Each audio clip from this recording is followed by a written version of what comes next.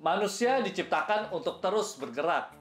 Zaman dulu sebelum matahari terbit, laki-laki sudah keluar untuk berburu, sementara wanitanya biasanya mereka itu menjaga anak di rumah. Nah, anak-anak sendiri biasanya sangat susah diminta untuk diam, karena mereka suka untuk bermain, mereka senang bergerak. Itu berarti hidup kita selalu ada gerakan. Dalam perjalanan mencapai keberhasilan pun, kita harus terus bergerak.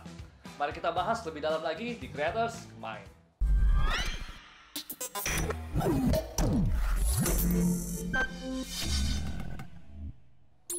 Dalam hidup ini kita terus bergerak untuk mengembangkan kemampuan kita. Kita mendapatkan lebih banyak lagi pengalaman. Kemudian kita juga menjalin hubungan yang lebih dalam, baik itu dalam hubungan pribadi maupun dalam hubungan profesional, yaitu dalam networking.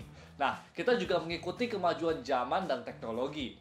Mau sebagus apapun kapal, jika tidak bergerak, maka kapal itu tidak akan berguna. Demikian juga dengan sebuah mobil. Semahal apapun mobil yang dipunyai, jika mobil itu tidak dipakai untuk bergerak, maka mobil tersebut tidak akan bermanfaat. Kapal dan mobil tidak diciptakan untuk tetap diam, tapi ada tujuan yang harus mereka tuju. Begitu juga dengan kita. Kita tidak diciptakan untuk tetap diam, tapi ada tujuan yang harus kita tuju. Mereka yang tidak ikut bergerak akan ketinggalan.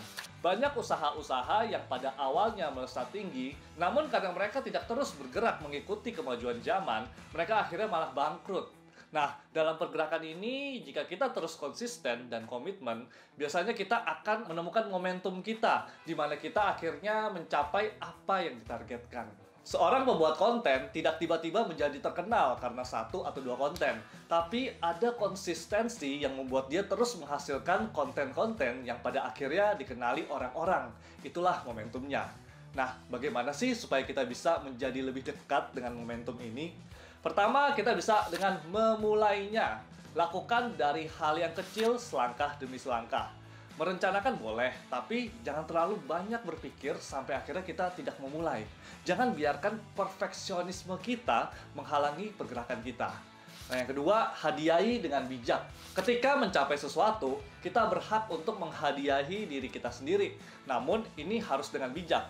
Contohnya, jangan menghadiahi diri kita es krim jika kita mau menguruskan badan. Kemudian, jangan menghadiahi kita dengan barang mahal ketika kita mau berhemat. Seperti itu. Nah, cara yang ketiga adalah dengan konsisten, walaupun belum terlihat hasilnya. Mungkin 1-2 hari kita bisa tetap semangat, namun pada hari ketiga dan seterusnya biasanya akan mulai malas. Apalagi kalau misalnya nggak ada hasil yang kita dapatkan. Jangan merasa gagal jika belum kelihatan hasilnya. Kita harus tetap memotivasi diri dan mengerjakannya.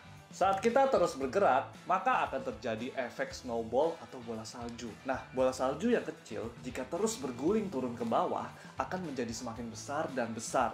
Oleh karena itu, mulai dari sekarang, tetap konsisten dan terus bergerak untuk menjadi lebih positif, kreatif, dan produktif.